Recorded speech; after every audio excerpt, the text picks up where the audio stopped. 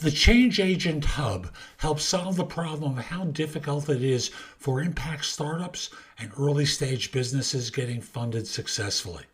They have a 9-step roadmap that is both highly comprehensive and practical as you get to prepare and assemble all the materials and documents you need for raising capital to meet investors both confidently and prepared for the many requests they may ask of you during the fundraising process.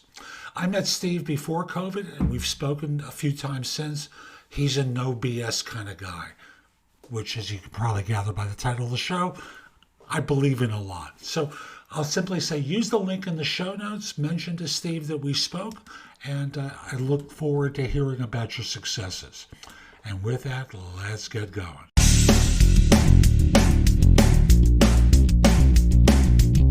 This is No BS Job Search Advice Radio, episode 2072. I'm your host, Jeff Altman, the Big Game Hunter, and welcome. Excuse me.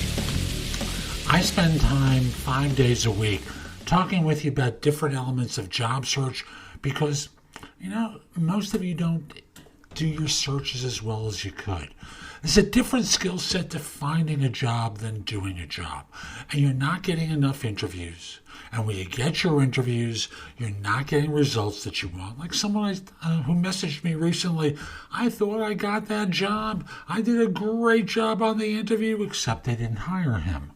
So I'll just simply say, if you're not getting the results that you want, listen to the show, subscribe to this show, go to my YouTube channel, watch me on Amazon on the Job Search TV app.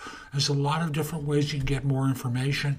It's not personalized for you, and thus, if you want me to work with you one-on-one, visit my website, and there's more about that at the end of the show, where you can schedule a free discovery call, schedule time for coaching, ask me questions. I'd love to help you. And now, we'll be back in just one moment after a word from our sponsor. Top Resume is a solid service to get you a better resume. Reasonably priced. It's not a premium service. It's for people like you and I who can afford a certain amount of money and also need a great result. And even better, they have a plan through a firm that allows you to stretch your payments for service over the course of the year to something like $20 some odd or $30 some odd per month, so that you don't have to write a large check, which right now, if you're not working, is really important to you.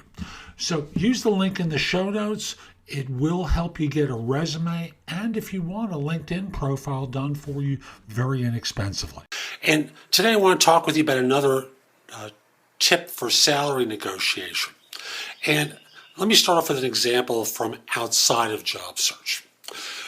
If you've ever bought a home or rented an apartment and you've talked to someone about what you're looking for, invariably what happens is people try to stretch the boundaries a little bit to determine flexibility. For example, if you look for a house and you say, I want a 4-bedroom, 3-bath home in such and such type of neighborhood, and it needs to be within this price. You lay out 5 or 6 different parameters, or you do a comparable version with an apartment. Invariably, you're asked follow-up questions. Would you consider this? Would you consider that? Would you consider this? Would you consider that? And even if you respond by saying, well, only if it was the perfect place, well, now the other person believes that you're negotiable. And your job is to try and get as much money for yourself as you can. And they're starting to negotiate immediately with you. You don't have enough to make those judgments, but they're going to treat it like you're going to be willing to negotiate. Here's the problem. When you're doing that, you're basically negotiating against yourself, because they're going to work with the assumption that, well, you're going to think their job is perfect. So if they said, would you consider $10,000 less or $20,000 less or $50,000 less, depending upon what your bracket is professionally, for an opportunity where you could such and such.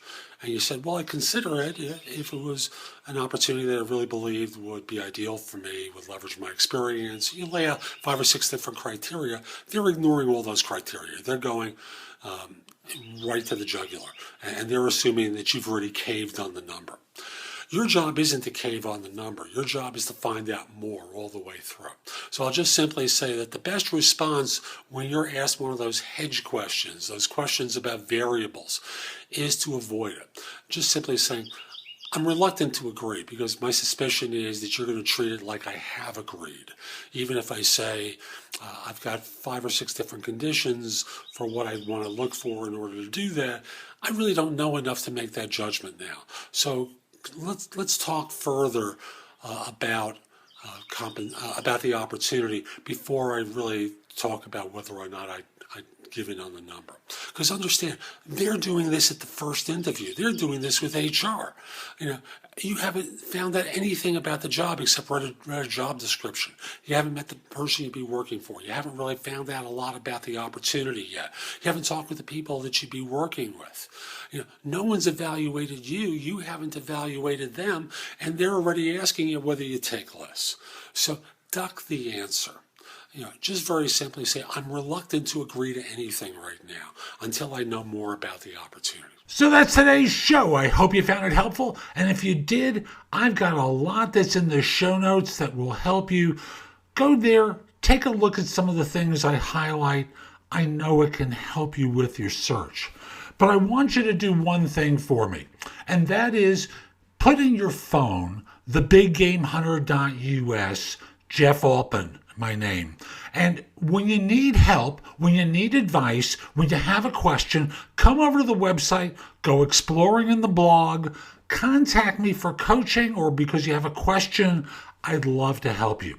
In the meantime, I hope you have a terrific day, and most importantly, be great!